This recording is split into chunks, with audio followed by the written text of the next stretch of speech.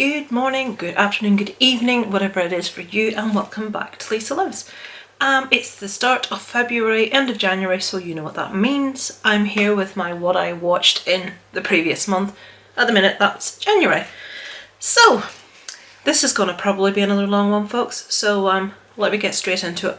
Before I get straight into it, let me show you something beautiful. My husband bought me this. It arrived today. I'm most chuffed. Look at him. Look at him. There he is, Negan, on his little stand. He's just beautiful. Look at the detail on that. I'm aware this is something that a lot of people bought, go back a couple of years maybe, but it was very expensive at the time. It wasn't something we really could afford, but my husband got it at a really good price, and he bought me him, and he's beautiful. So there we go. So let's get back to what I watched in January. So let me get the old recorder on.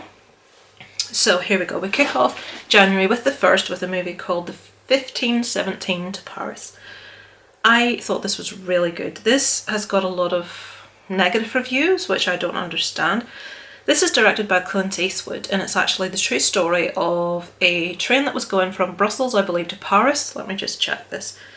Yes, in August 2015. Now, a ISIS terrorist actually boarded that train, and he had enough ammunition apparently to kill up to 500 people. He maybe had a device as well, armed with an AK-47 and enough ammo to kill more than 500 people. There happened to be 3 guys from America on that train. One is, actually it probably says exactly what they are. One was a college student, one was a martial arts enthusiast and airman in first class in the US Air Force, and the other was the Oregon National Guard. So these 3 guys decide to go on a trip to Europe, and they happen, thank God for all those people on that train, they happen to be on the train when this guy kicks off. There are other people there that were very brave also, but if it wasn't for these 3 lads and a couple of other gentlemen that were on the train, I dread to think. The gun actually jammed when one of the guys he ran at the terrorist as he lifted the AK-47 to shoot, and the gun jammed, and it's just one of those just rare things. But they saved every person on that actual train. There was a person shot who was very badly injured, who I believe survived. But what I didn't know, because I do like to watch movies without knowing much about them, what I didn't realise is the 3 guys that were acting in this movie as the three individuals were the real guys. The acting was superb. I never watched that and thought as I was watching, oh, this acting's naff. It was a really good film, really well told. And the fact that it had the real guys in, and it put real footage at the end of them receiving, I'm not sure what medal they received from the French government, but I was expecting the bit at the end with the real people photographed beside the actors, like they do at the end of movies. They show you the real people, and it kept showing. I looked up online because I wanted to know more about these guys, and it kept showing the pictures of the actors, and I was like, where's the guys? And then after a bit of reading I discovered it was the guys in the movie. I would thoroughly recommend it. There's some people here, you can see there on the screen, 2.5 out of 5, 2 out of 5, 2 out of 5, 3 out of 5. I gave it a 4 out of 5. I really, really enjoyed it. I thought it was very good. And who doesn't need some heroes in the world? So just people that do the opposite to human nature of running away. They run towards the problem, and they saved all the people on that train. So yeah, kudos at the very least. So on to the second, I watched a movie called No, also known as Apartment 212. I'm trying to remember what it was about. Starting over in a big city, fleeing an abusive relationship, wants a chance to start again. I don't remember this, but I clearly didn't really like it. I'm really sorry, this is absolutely terrible. It obviously did not appeal to me in any sort of way because I gave it a 1.5, so make of that what you will. The same night I watched Charlie Says. I'd watched what's that big one that Quentin Tarantino did? Once Upon a Time in Hollywood, which obviously was set around the time of the murder of Sharon Tate. So I wanted to watch something that was sort of, I just had an interest in the whole Charles Manson thing. This is set around that. It's a true story and it actually follows 3 of the girls that followed him. I thought it was very good. I thoroughly enjoyed it. I'd give it a 2 out of 5, which isn't very good actually. Is this the one I'm thinking it is? Yes, it is. I think I've been far too harsh there with a 2. I did enjoy it. I thought it was interesting to look into the psyche of the 3 girls and why they felt what they did. There was obviously something about it that made me rate it a 2. Maybe the acting. I can't remember, to be honest. I do remember I liked the story, so I'm useless this month. On the 3rd, 7 days in Entebbe. Sorry, I'm not sure how that's pronounced. This is where 248 passengers are held hostage on a aircraft. They're actually flown to, does it say?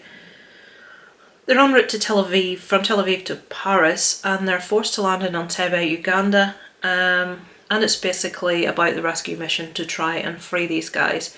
Give that one a 2.5 out of 5. It was interesting, but it lacked something to sort of keep me really transfixed. It did get a bit dull here and there, but interesting story nonetheless. You can see I'm on a sort of like a true story spree at the minute. On the 4th, I watched Mrs. Lowry and Son. I'd be interested, Kermit's Ghost, if you're watching this, have you watched it yet and what did you think? I know he picked this one up. It's popped up on Netflix quite recently. It's about L.S. Lowry, the very famous English painter, who you maybe don't know who he is, but if very famous paintings of people leaving a factory and work, little matchstick figures and dogs and things. Sort of quite grim paintings, sort of, you know, they say it's grim up north sort of thing. Very sort of industrialised grim paintings. It follows his life story and his relationship with his mother, who is very critical. It's quite scandalous to watch what he went through with his mother and his life, and I really felt for him. And played by Timothy Spall, who is just an incredible actor, and the mother is played by, don't want to get this wrong, Vanessa Redgrave. So I mean, with that cast, most of this is set in the same room, the mother's bedroom. He cares for her. She's very poorly, for very ill health, and it's a drama. It's a character study. And if you want to know a little bit more about L.S. Lowry, give it a watch. I thought it was amazing. You really, with Timothy Spall, he never gives a bad performance. On the same day, All the Freckles in the World. This is a new one on Netflix. I think this was Spanish. Let me have a look. That doesn't tell me, but with the names there I'm thinking it is Spanish. Teen comedy set in 1994. This is just your typical little kid falls for other little kid, but other kid fancies kid that fell for other kid. You know that story. And one of the little girls has got loads of freckles. A little boy is trying the whole way through to get the attention of an older girl, all the while not knowing that his friend is in love with him. They're only little kids. They're only, I don't know, 11, something like that. They're not very old, maybe a little bit older. But it's just one of those coming of age movies. It's perfectly pleasant. It wasn't amazing though. Same night, Funny Cow. Now this was really good.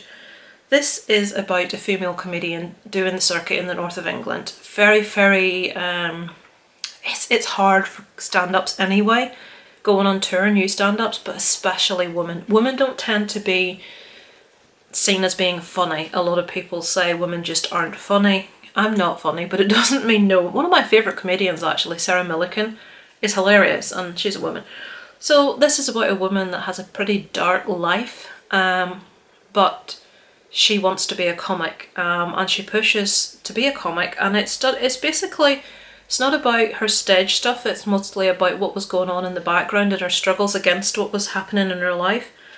It says, delivers tragedy and comedy in equal measure in the sometimes violent and always macho clubs of Northern England in the 70s. I thoroughly enjoyed it. I thought it was excellent. So recommend that one. On the 5th, now you can see why I said this is going to be a long one, guys. I apologise. The Queens Corgi. This was for Isaac. And it's just a little animation about one of the Queen's Corgis. getting out and getting picked up by the dog warden and trying to find its way back. Perfectly sweet, nothing exceptional, but it was fine.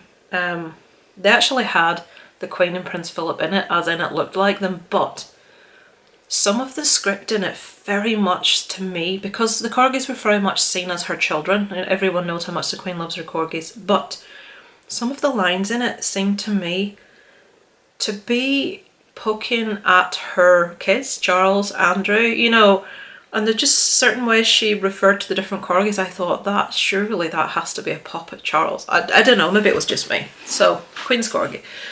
On the same evening, above the shadows, a young woman who has faded to the point of becoming invisible. Oh, yes.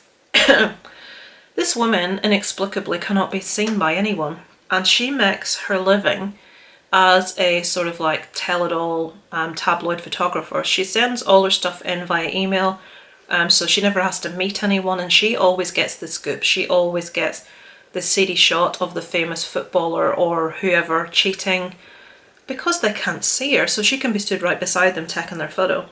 But the bouncer at one of the clubs that she goes to can see her for some odd reason. He is a sort of like a failed fighter, and it's a story about them, about what they do for one another, about her struggling to become seen. I enjoyed it. It's called, well, it says fight to be seen. So he's a fighter, she can't be seen. So I liked it. 3 out of 5 I gave that one. 7th, The Cleaning Lady. Now I was expecting more from this one. Maybe I need to watch it again. So this is a story about a affluent, bored housewife who hires a cleaning lady who is very badly scarred, very quiet, very odd, and finding out there's a little bit more to this very quiet, retiring lady than she perhaps originally realised, and has she perhaps put herself in danger by hiring her? I've said all I need to say there, really. It was interesting, but it was missing something for me. On the 8th, Social Animals. Determined not to turn into her parents or be drawn into any relationship longer than one night stand, Zoe constantly struggles with her failing business and love life. Then she falls in love for the first time with Paul, but there's one problem. Paul is married. Yes, I remember this. This has got Josh Radnor, who I really like. He always reminds me of... he reminds me of a cross between... He was in How I Met Your Mother. He reminds me of a cross between John Cusack and the guy that plays... Adam Driver, the guy that plays Kylo Ren.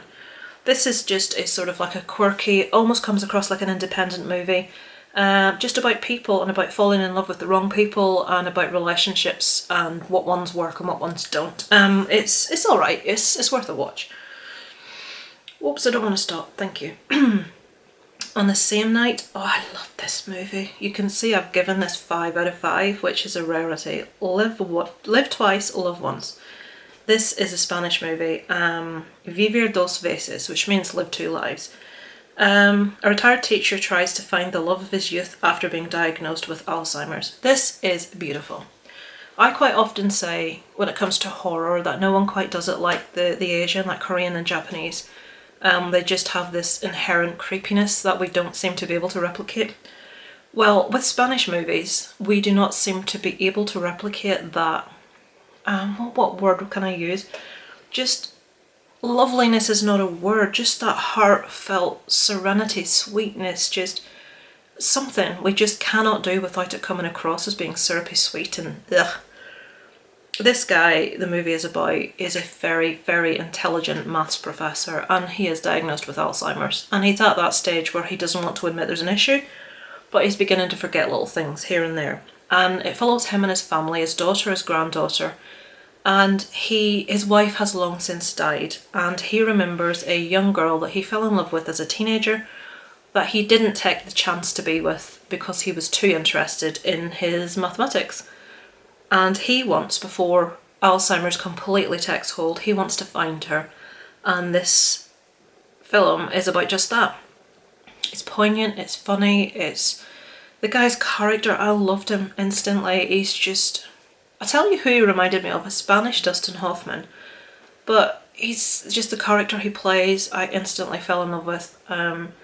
It was really heartfelt. It made me cry a lot. It made me laugh. I loved it. I just thought it was a perfect as a film can be. So I highly recommend that if you haven't already seen it. It's on Netflix at the moment. As I say, it is Spanish. On the 10th, The Awakening of Motti Volkenbruch. This one's actually quite good. This was about a young Jewish boy. Does it say where it is? It's somewhere in America, but it's that whole thing. This is across, you know, Yiddish, which is very similar to German. It's sort of like Yiddish and German. Volkenbruch's wunderliche Reise in die Arme eines Schicksals. Right, Volkenbruch is his name. Wunderliche Reise means wonderful journey. In die Arme eines Schicksals means in the arms of a Schicksal is Yiddish for a non-Jewish woman. So this is a story of Motti, sorry, his awakening, and he meets a girl that isn't Jewish, and it's about his very strict Jewish family, what's expected of him, about him coming to realise who he is. Really, really sweet actually. Quite funny in places, but more of a journey of a movie. So yeah, I would recommend that. I give that a 3.5 out of 5. On the 11th, I rewatched Us because my husband hadn't seen it.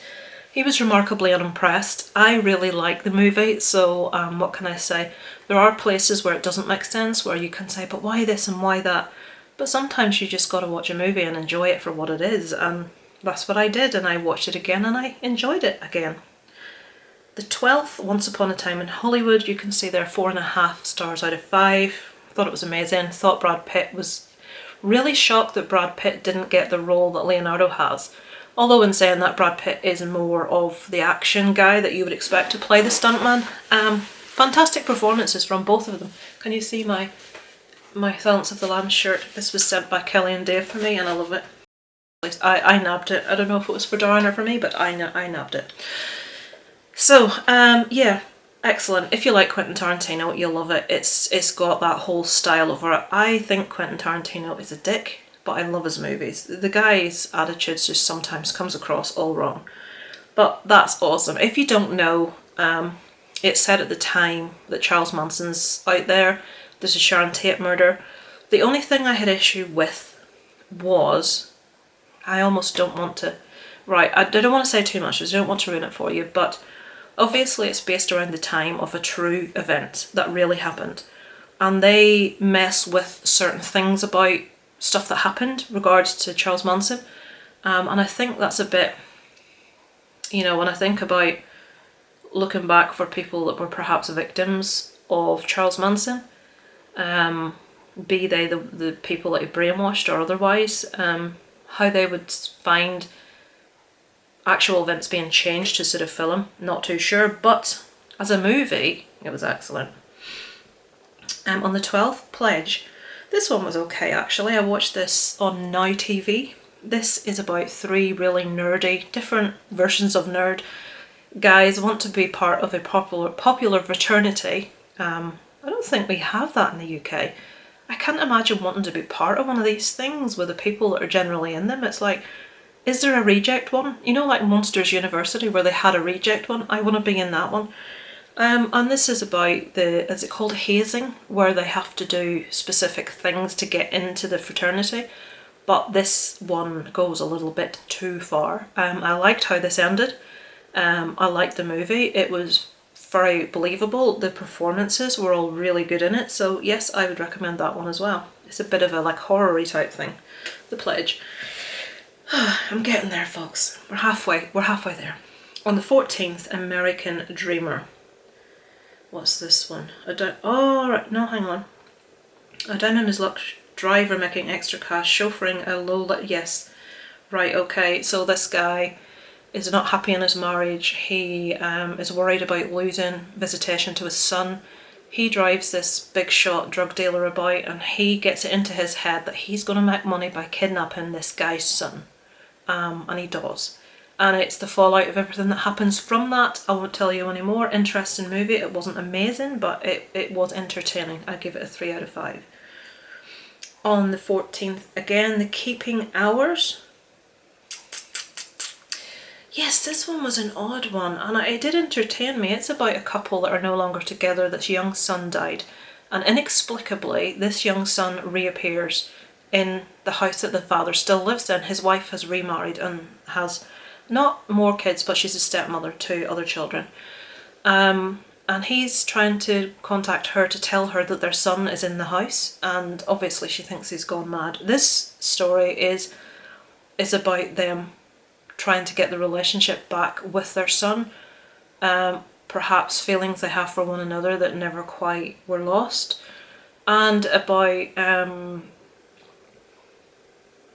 I don't know, culpability of how the little boy died and who was perhaps at fault. It doesn't make any sense, and there's never any real explanation given for why the little boy comes back. But it was an entertaining enough movie, and it was very well acted. It had Carrie Coon and Lee Pace as the two main actors there in that one. Where are we now? The Kitchen. This was really good. The cast in this was fantastic. So Melissa McCarthy, Tiffany Haddish, Elizabeth Moss, who seems to be in everything right now, Domhnall Gleeson, Margot Martin. There's just, look at the cast in that. This is about the wives of some, is it mafia guys? Mobsters. I don't normally watch mobster mafia shit because I don't like it, but this was excellent.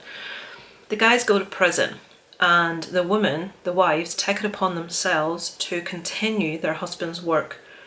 But they take it to new levels, and they perhaps do it better than their husbands had. And it's just the fallout, how the other men see women stepping into this role, things that go wrong, maybe a little bit of power goes to the heads in places. The husbands are obviously going to get out at some stage. How are they going to see that their wives are doing what they're doing? Do they want to give the power back to their husbands when they come out of prison and everything they've built? Really interesting movie, really enjoyed it.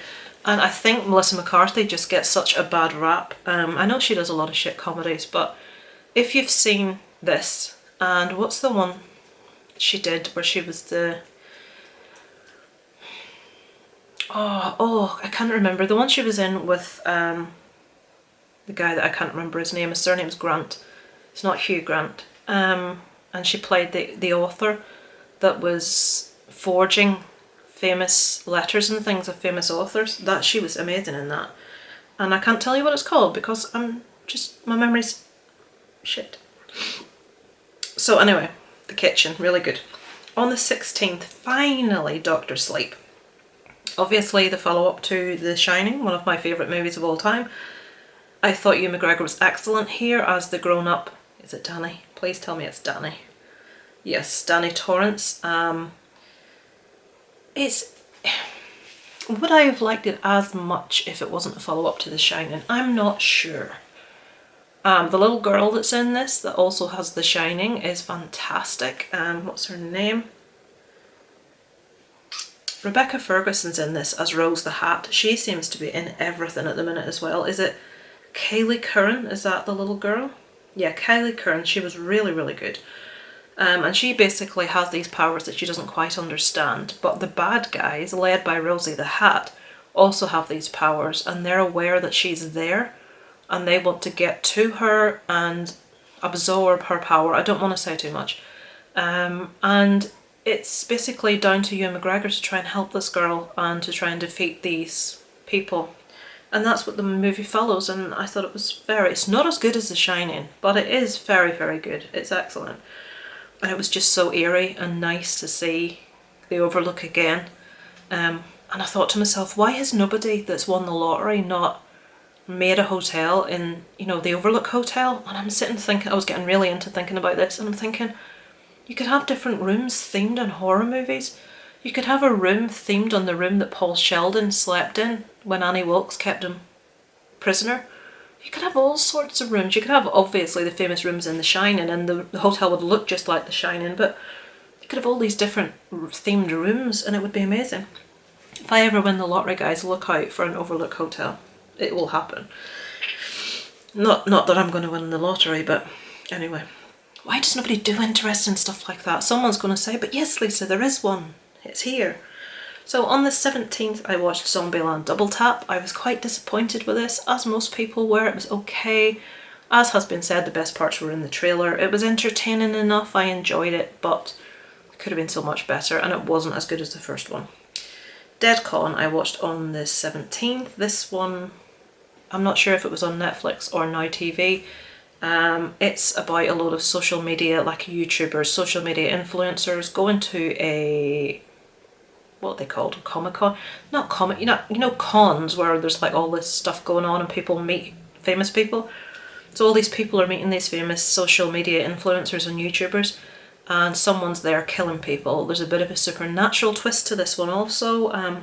It was alright, but it wasn't great. I wouldn't recommend it. My left leg has gone to sleep.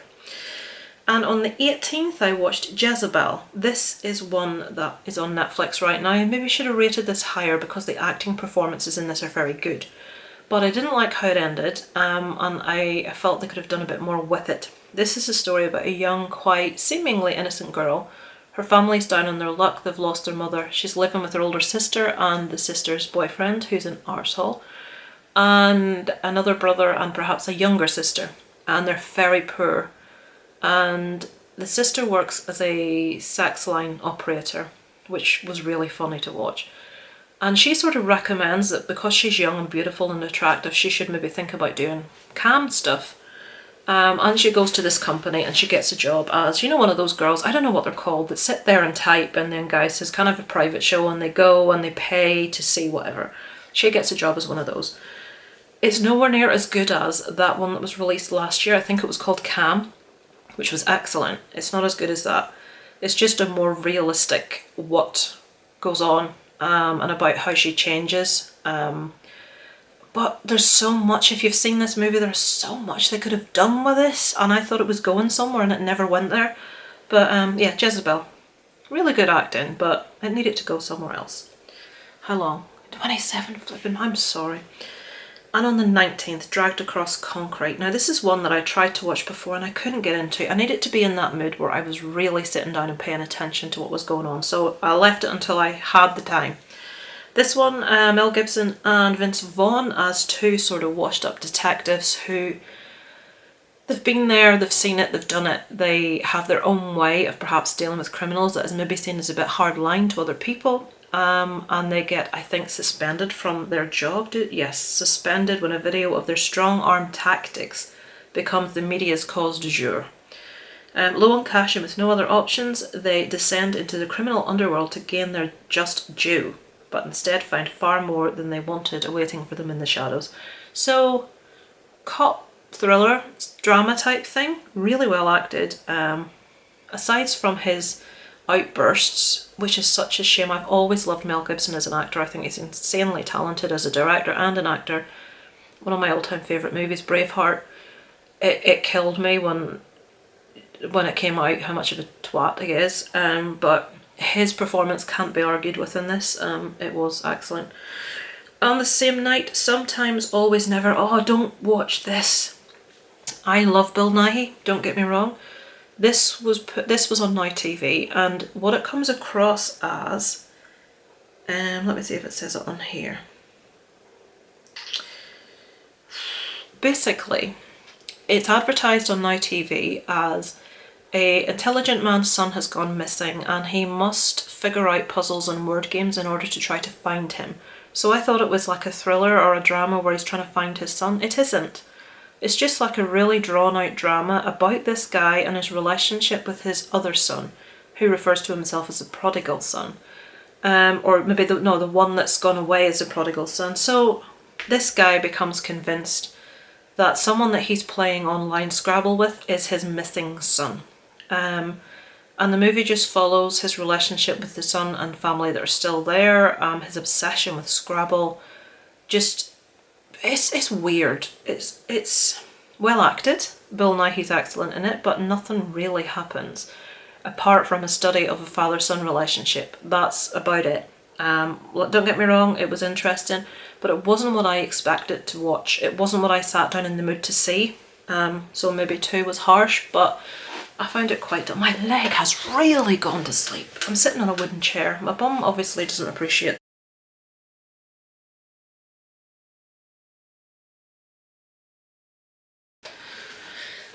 Sorry if the camera's moved. I don't know why the battery in my camera never lasts. Let me get this recorder back on again. So anyway, woman with Alzheimer's, family come back to try and convince Dad that she needs to go in somewhere for her own safety.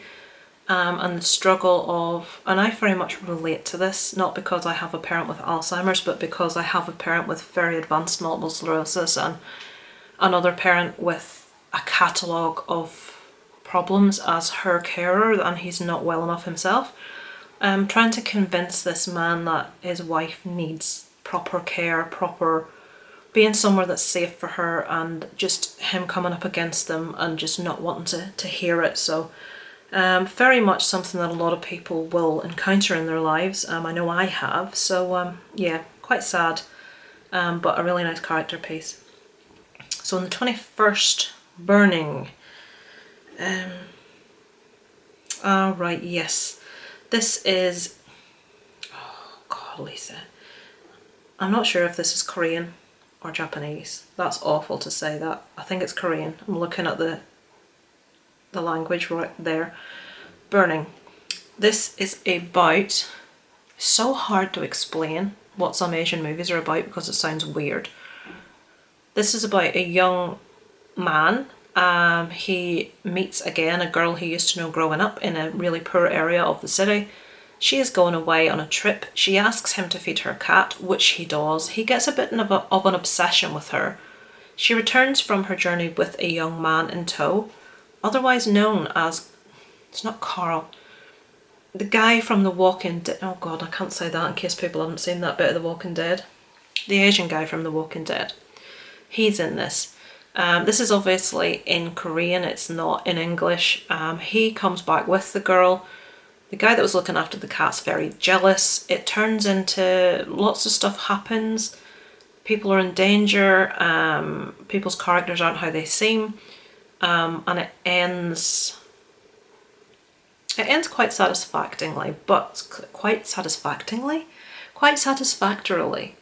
But there's other things I would like to have seen. It's a good movie, but I expected more. If you read the reviews on IMDb for this, it looks like every person that's written one has swallowed a thesaurus, a dictionary, has done a dissertation on it. It's just so whoosh, highbrow. Now, I'm not thick. Believe it or not, I'm not thick. I've got a relatively good IQ, 155 if you're interested. I've been tested by Mensa. Or Sheldon said my mother had me tested. I had myself tested. I'm not stupid. And when I read the reviews, I understand every word I'm reading, but I'm thinking, you've written that to look intelligent. Some people do things to show their intelligence, and some people just don't need to. These people need to. Go read the reviews of Burning on IMDb and you will see it. There's one especially, oh my life, but I had to see it to see what they were talking about. It's not as shit hot as they were saying. 2 out of 5. If you want a really shit hot Asian movie, watch Parasite from last year, which is amazing. On the 22nd, I watched Tully. Yes, this is one where I guessed what was happening really early on.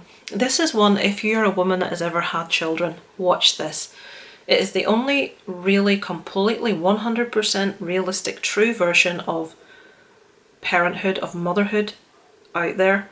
Things are usually glossed over or not spoken about, but this has it all. This has the sore nipples. This has the paper underwear. This has the tummy that hasn't quite gone back. And actually Charlize Theron is in this. And we've all seen her transformation when she did Monster as Eileen Vornos, which was amazing. And again in this, she's a very plain looking woman. And we all know how beautiful Charlize Theron is. But she in this is very plain. No obvious ego about the woman that she would do this. This is a story about her losing herself. She's had a baby. Her husband doesn't seem to be interested in her. He's always playing zombie games. He's at work. His life hasn't really changed. She's at home with 3 young children. She just feels she's lost who she was. Her brother suggests something called a night nanny, which is a person that comes in at night to look after the baby to allow you to sleep. So you can be a better mother to that child because you're not permanently exhausted. And she develops a bit of a friendship with this nanny and in her rediscovers herself. There's a twist to it.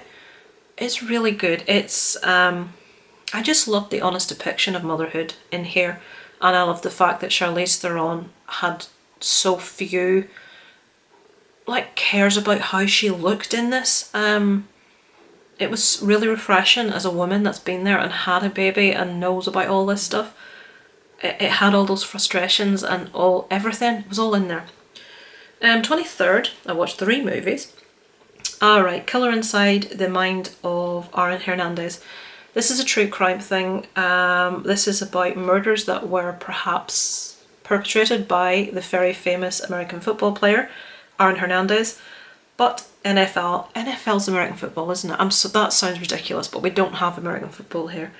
But this is more about him and football and his rise to football than it is about the crime. There's probably 30% crime, 70% Aaron Hernandez in this. I felt it could have been, what's the word for, Jesus, I mean, we talking about not being thick and now this. It could have been condensed. It didn't have to be quite so long, quite so many episodes. It's not something I would recommend as a must watch, but if you're interested in that type of thing, then give it a shot. On the same evening I watched A Fall from Grace. This was actually quite good, yes. A woman is convicted. A woman is indicted for killing her husband, and her lawyer, who is someone that hasn't had many cases, it's very inexperienced, young woman. She is basically supposed to get this woman to take a plea. She isn't even supposed to try and prove what did or did not happen. But something about this woman speaks to this young lawyer, and she decides she wants to get to the bottom of what went on. And it's a lot different to what you would think. Very well acted, very interesting, really good thriller. It's got the woman that played Mrs. Cosby in The Cosby Show. Felicia, is it Felicia? No, it's not her. It's not Felicia Rashad. Oh, for flip's sake. I will always know her as Claire Huxtable. Childhood ruined by Bill Cosby, but what can you say? I would recommend that. Fall from Grace. That's on Netflix as well. Same night, A Dark Place. Right, yes, this is one on Now TV.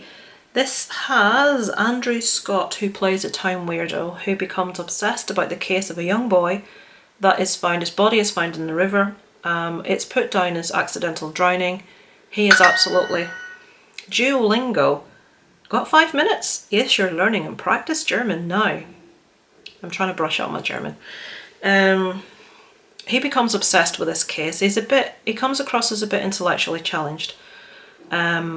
He wants to find out what happened to this young boy, and he comes up against just every brick wall that he can in this town, who are determined to keep under wraps what actually went on.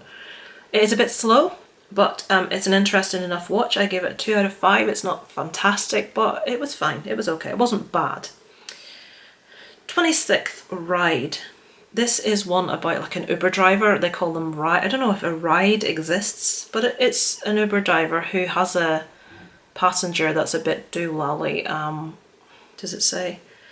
A night in Los Angeles becomes a psychological war for survival when an Uber driver and his passenger pick up Bruno, who is charismatic but manipulative. This guy is just cuckoo. And it follows... Someone's coming. Can't get 2 minutes on my own. And it follows what happens in the car. Things turn nasty. Bit of a thriller. Didn't like how it ended. Thought they could have made a bit more. It seemed to like Peter the whole way through, and it was like building intensity quite nicely. And then when things kicked off, it was just over. So I thought it could have been spaced out a bit better than it was. So the 26th, everybody knows. This is a Spanish movie with Penelope Cruz in. She goes back to where she originally came from for a family wedding, and her daughter is abducted. And this is the story about them trying to get her daughter back, and about everything. This unearths a lot of family secrets that were not known by the whole family. But everything comes out. The shit hits the fan, as they say. And it's, do they get her daughter back? Don't they? That's what the story's about. And it's an interesting watch. It's well acted. Recommend that one. On the same night, I watched Better Start Running. I got really distracted when I was watching this. I just kept getting, you know, like, it was okay, but I don't know, I think it could have been a lot better. It's about a band of misfits on the road. They have committed a crime, they're trying to get away, and they're trying to go. There's one really poignant part in it with Jeremy Irons. He is an ex-military guy, and he goes in search of a woman. It's that thing again about a woman. He never really told how he felt, and that how that culminates is very moving, but the rest of it is pretty yeah. But then again, I was distracted when I watched that. Maybe had I give it a bit more attention, I might have enjoyed it a bit more. I think it does have pretty good reviews. If you like independent, quirky, just story movies, you might enjoy that. On the 27th, I watched A Beautiful Day in the Neighbourhood. Now, we do not have Mr. Rogers in the UK. This was just beautiful. I wish we had something like this. The closest we had to this is Rod Hull and Emu did a thing where there's somebody at the door. I don't know if you remember that one, that had guests come in. Obviously we had Sesame Street, but that's American too. We had bits and bobs, but nothing very similar to this, and this was excellent. And I did watch some footage of Mr. Rogers after having seen this, and Tom Hanks did an excellent job in my opinion. Again, we don't have the show, so you would be a better judge of that than me if you're in the US. But it was just, he just come across as such a lovely man. It was just a really sweet movie, and it made me feel really nostalgic, even though I've never seen it. And it's something that you can imagine if you were a kid would always have a very special place in your heart. That scene on, he's on a train, is it? And all the kids start singing the song. It was just beautiful. It was a beautiful movie. I really enjoyed it. I gave that a 4 out of 5. Where are we? The 28th, Reasonable Doubt. I never saw this before. I don't know how I missed this. It's a 2014 movie. It is on Netflix. Samuel L. Jackson, you can never be bad to that. This is one about, it's quite predictable, this one. An up-and-coming district attorney is on the way home after a night out with his pals, and he gets in his car drunk and drives. He shouldn't, but he does. There's an accident.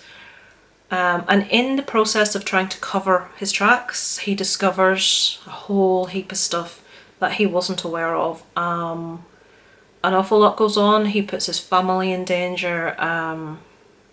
Things aren't quite what they seem, and he is not perhaps as guilty as he first thought he was. I don't want to say too much about that movie. Just, it is worth watching. Go watch it. It's entertaining. Reasonable Doubt. 29th, we've only got 3 movies left, folks. Night Hunter. This is one... Grimace Ghost was doing his Blu-ray haul this week, and he picked up a movie, I think it was called Spider's Web, In the Spider's Web. Something about Spider's Web. And it even had Ben Kingsley in it as well, doing exactly what Ben Kingsley does in this, which is team up with a younger girl to try and catch internet pedophiles.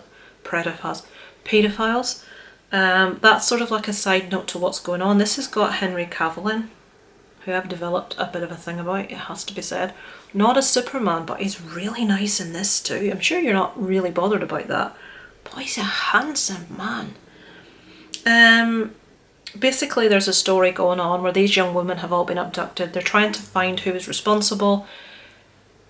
I hated how this ended. I hated the explanation for what had went on. I liked it up until the reveal of what had went on, who did what, why, but the ending for me ruined this. Performances through it were fine. I hated that ending. That ruined it completely for me. But I still would say it's worth watching. It was maybe a personal thing for me that I didn't like it, but you may, so give it a chance. That one is on Netflix. You can see what I spend my time watching. On the 30th, Blue Ruin. What's this one? Yes. This is like probably quite a low budget one that will sneak under the radar for most people. This is one about a young man who's never really goes into much detail, but his parents were murdered and the person responsible has gone to prison, and he basically makes it his life's job. He is going to wait for this guy to get out and he is going to take care of him. That's exactly what he does. But there's a lot more involved. We see how much he changes from the man he was to the man he becomes. He lives in his car. He lives like a bum for years. He doesn't see his own sister for years. And then perhaps actions he has perhaps endangers his family, his sister, and he has to try and make things right again. It's an interesting movie. It will probably go under the radar as it's not well known, but I liked it. I think again that one, is that on Netflix right now? I think it is, yeah. I would recommend that one. And finally, Dismissed. This is good actually. This is one, that lad that I don't know what that lad's name is, Dylan Sprouse. He plays a like A grade kid that's just fantastic and amazing at absolutely everything. He moves to this new school. The teacher that teaches him English gets a bit excited because this student is, you know, he's interested, he's engaged, he wants to learn, his work is amazing, and he wants to mentor this kid. The kid joins the chess team, he's amazing, he beats the best player they have. But he is not how he seems. A lot of these things aren't how they seem. This young lad is a psychopath. That's the only way I can, and you know that's going to happen when it starts. When you see him, you know this lad's, I'm going to just switch this recorder off.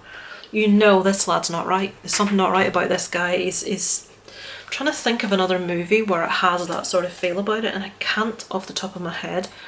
But he comes across sickeningly sweet to teachers and headmistresses, but he's not. And it's that classic no one wants to believe, the only one person that knows the truth. They delve into his family, they delve into his past. There's a tragedy at the school that he isn't directly involved with, but no one wants to believe that's the case. He sets out to spoil this teacher's life because the teacher is the only one that knows the truth about him, and the teacher refuses to give him the grades he wants. And then we find out that what he's doing he's perhaps done before to other people.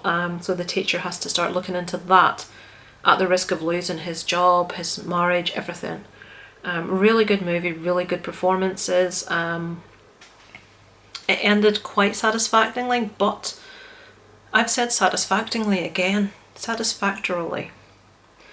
But yeah, I would recommend it. It wasn't perfect by any stretch of the imagination, but it was interesting. It was a bit predictable. I think that's the main thing I would say about it. I did sort of predict where it was going to go. And you find yourself saying, but why didn't they do this? And why doesn't he do that? And why didn't he say this? You find yourself saying that a lot. But it's worth a watch. So I'll not prattle anymore. There's people in the house wanting into the kitchen. I'm sat in a little room off the kitchen, so I shall leave you for today. I'll have a true crime story coming to you sometime soon in the next week, hopefully. I'm considering doing the story of the staircase with Michael Peterson, which has always intrigued me because I find myself back and forth on it so much. I know it's a very well-known case, but why not do a well-known case? And then if I sort of like get into really wanting to do it, then I'll do more obscure cases. I think you have to be really careful also not to do too recent cases. There is one I would love to cover. It's actually one about a personal friend of mine that was killed just over 20 years ago, horribly, nastily, I can't even tell you, it was horrible. And I really would like to talk about that because there's nothing online about it, but out of respect for the family and knowing that it would really upset them, it's not something I'm going to. So I'm very conscious of more up-to-date cases. If I know that family and I know how they would be affected, I'm sort of thinking, do I really want to do obscure recent cases that could perhaps, you know, give light to something a family wants not to be spoken about? I don't know. I'm very much in two minds about it. So at the minute I'm sticking very much to talking about shows that are on. Mostly Netflix shows, so I did the Don't Fuck With Cats one, which was a fantastic documentary in my opinion. I did one about In Plain Sight last year, and I did one recently about the case. This is the only one I've done one on that I haven't watched a documentary, was on the case I did last week. Christian, and I can't pronounce the lad's surname, I apologise, but if you look back before my Backyard Baby gig, you'll see that one. It needs publicity. It needs people to sign a petition to have the case opened. That's why I done it. But I'm trying to stick to bigger cases that have been covered on documentaries on Netflix and the such, so that it's not something I'm delving into that hasn't been done before. But maybe my audience, the few of you that are out there still, you maybe haven't heard about it, so it's me wanting to bring that to you. So anyway, I've waffled enough. I shall go for today. I hope you're all well, and I will get round to doing my Florida vlog soon. I have to voice over it all because my husband filmed everything, and the amount of footage I have to get through. And we didn't do vlogs like, hello, we're here today, blah blah blah. We just filmed everything. So I'm going to need to sit down with the video, work through it, and voice over it. So I will do that at some stage, but when, who knows. So yes, I shall go now. Thank you for watching. Let me know in the comments anything you would like me to talk about, any cases you would like me to cover, or just say hello. So over and out from Lissa Lives.